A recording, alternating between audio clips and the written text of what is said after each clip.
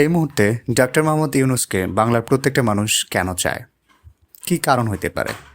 85 বছর বয়স্ক একজন বৃদ্ধ মানুষ কিভাবে এই 18 কোটি মানুষকে আকৃষ্ট করে রেখেছেন?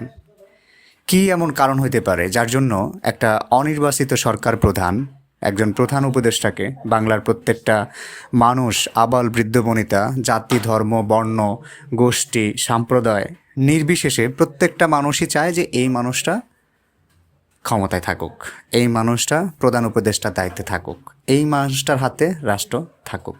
কেন? এর কয়েকটা কারণ হইতে পারে। ছোট্ট করে বলতে গেলে এর প্রধান কারণ হচ্ছে মানুষের স্বাধীনতা, কথা বলতে পারা স্বাধীনতা, লিখতে পারা স্বাধীনতা, লাউড করে সমালোচনা করার স্বাধীনতা। এই যে ছোট্ট ছোট্ট বিষয়গুলো, এগুলো আমার আপনার কাছে খুবই ছোট বিষয় মনে হচ্ছে, কিন্তু এটা অনেক বড় একটা ইস্যু। আপনাদের মনে আছে কি না, বিগত 17 বছরে আমরা ফেসবুকে ছোট্ট একটা পোস্ট করতে পারি নাই সরকারের বিপক্ষে। সরকারের কোনো কাজ নিয়ে ছোট্ট করে কেউ একটা রিলস আপলোড করতে পারে নাই, কেউ কোথাও সরকারের সমালোচনা করতে পারে নাই। মনে আছে পদ্মা সেতুর সেই ছেলেটার কথা, যে পদ্মা সেতুর নাট ঢিলে হয়ে গেছিল দেখে সেই ছেলেটা ভিডিও করে জাস্ট নাটটা দেখাইছিল যে এই নাটটা ঢিলে হয়ে গেছে। সেই ছেলেটার লাইফটা হেল করে দেওয়া হয়েছে টোটালি। এই যে পরাধীনতা, কথা বলতে না পারার বিষয়টা বাকরুদ্ধ করে রাখা, মানুষের জবানকে আটকে রাখা, তো 24-এর যে অভ্যুত্থান, এটা অভ্যুত্থান হওয়ার প্রথম বেনিফিটটা হচ্ছে এই জিনিসটা, যেটা ডক্টর ইউনূস এখনও বজায় রেখেছেন, এবং মানুষ তার উপর আস্থাশীল যে মানুষ অদূর ভবিষ্যতেও ডক্টর ইউনূস তার কোনো সমালোচনার কোনো মন্তব্য করবেন না।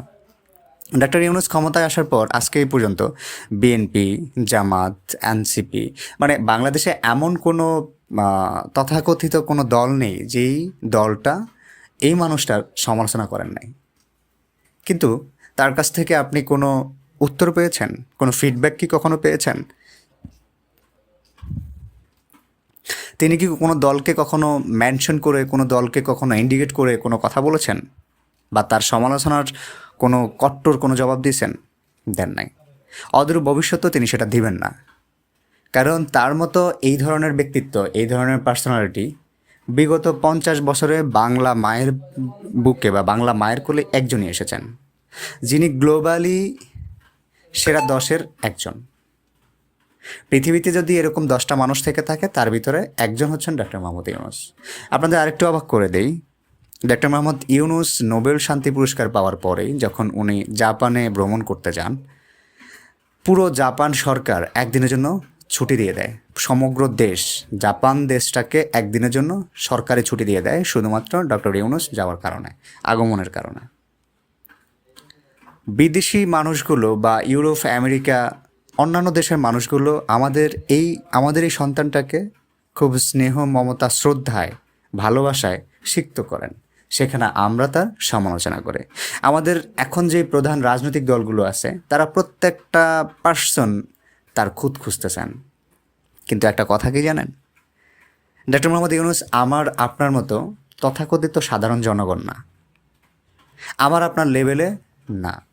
আমি আপনি কখনো তার লেভেলে যেতেও পারবো না। তিনি আমার আপনার চিন্তারও বাহিরে, যদি কিছু থেকে থাকে তারও বাহিরে। আপনার ফোনে কার নাম্বার থাকে সর্বোচ্চ? আপনার ফ্রেন্ড, আপনার বাবা, বা সর্বোচ্চ এলাকার বা ইউনিয়ন পরিষদের চেয়ারম্যান, অথবা ধরে নিলাম যে উপজেলা চেয়ারম্যানের নাম্বার আপনার ফোনে থাকে, বা এমপির নাম্বারই আছে সর্বোচ্চ। প্রাইম মিনিস্টার নাম্বারও কিন্তু আপনার ফোনে থাকে না।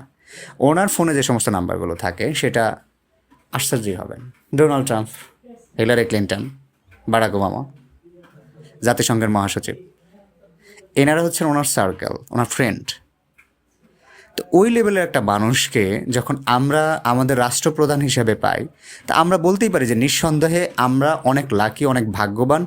তা না হলে এরকম একটা মানুষকে আমাদের রাষ্ট্রপ্রধান হিসেবে পাওয়ার কথা না, কারণ আমরা জাতি হিসাবে কিন্তু খুব একটা সুবিধাজনক না। তা আমাদের উচিত হবে যে এই মানুষটাকে যতভাবে, যেভাবেই হোক, এই মানুষটা যদি চলেও যেতে চায়, এই মানুষটাকে আমরা যেভাবে হোক যাতে আঁকড়ে ধরতে পারি। কারণ মালয়েশিয়ার কথা আপনাদের মনে আছে কিনা, মালয়েশিয়ার এক মাহাথির মোহাম্মদ 22 বছর 25 বছর দেশটাকে শাসন করে আজকের মালয়েশিয়াকে এনে দাঁড় করিয়েছে। একসময় মালয়েশিয়া আমাদের চেয়েও অনেক অনুন্নত, অস্বাস্থ্যকর, দরিদ্র একটা রাষ্ট্র ছিল। সেই মালয়েশিয়াতে আমাদের এখন প্রত্যেক বছর লক্ষ লক্ষ লেবার সেখানে কাজ করতে যায়, লক্ষ লক্ষ প্রবাসী, লক্ষ লক্ষ ভাই সেখানে কাজ করতে যায় প্রবাসী হিসেবে।